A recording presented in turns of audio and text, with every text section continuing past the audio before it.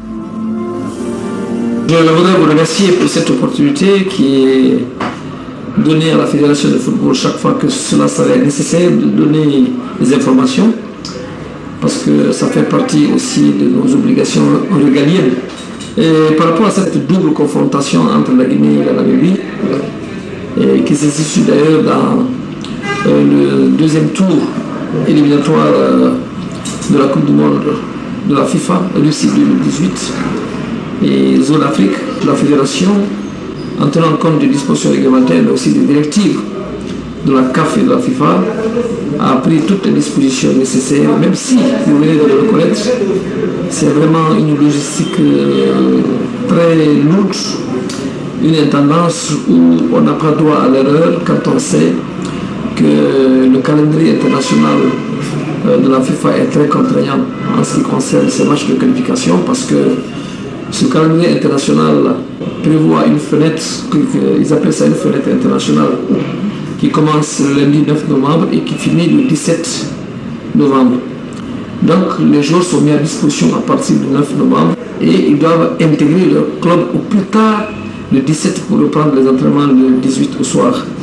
Donc il appartient aux associations nationales de faire des propositions de dates dans cet intervalle, mais c'est après que la FIFA aussi voit tout cela et fixe en fonction des contraintes de chaque pays.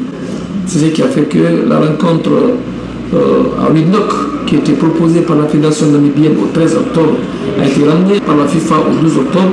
Vous savez que en la matière, on n'est pas libre de payer un choix parce que nos rencontres sont délocalisées. Donc nous tenons compte aussi des exigences de nos frères marocains et la disponibilité du stade Mohamed V de Casablanca, et ainsi de suite.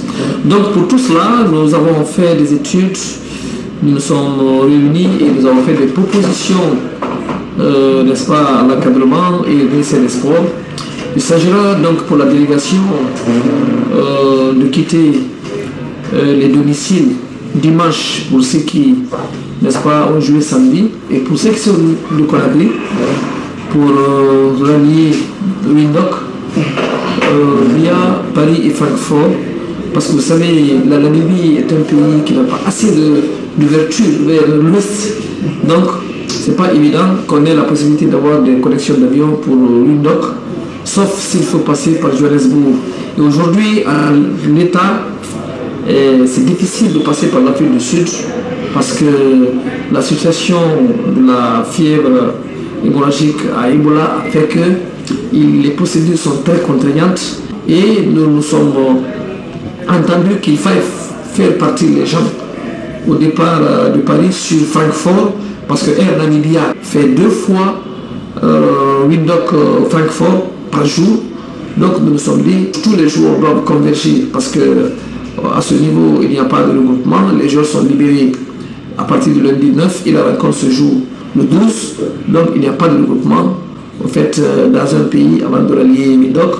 Et le reste du groupe, c'est-à-dire quelques joueurs ne sont pas nombreux, qui vont jouer dimanche, donc qui quitteront le lundi, aussi Francfort pour Windhoek. Donc tout le groupe normalement devrait être mardi matin très tôt et à Windhoek pour une rencontre déjà qui se jouera jeudi.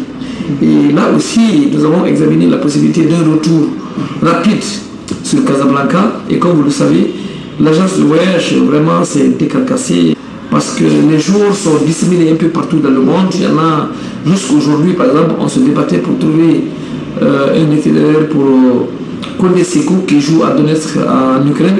Toutes les combinaisons qui ont été faites nous ont créé assez de difficultés parce qu'il fallait qu'ils quittent Istanbul, par exemple, pour venir à Casablanca. Mais malheureusement, ce vol va trouver que le vol qui va à Luanda et qui rallie Windhoek est déjà parti. Donc il faut faire toutes ces combinaisons. Et nous devons quitter dès après la rencontre 12 pour aller à Casablanca parce qu'il faut avoir la possibilité de récupérer. Et cette récupération-là est un passage obligé, comme vous le savez, sur le plan de l'immigration.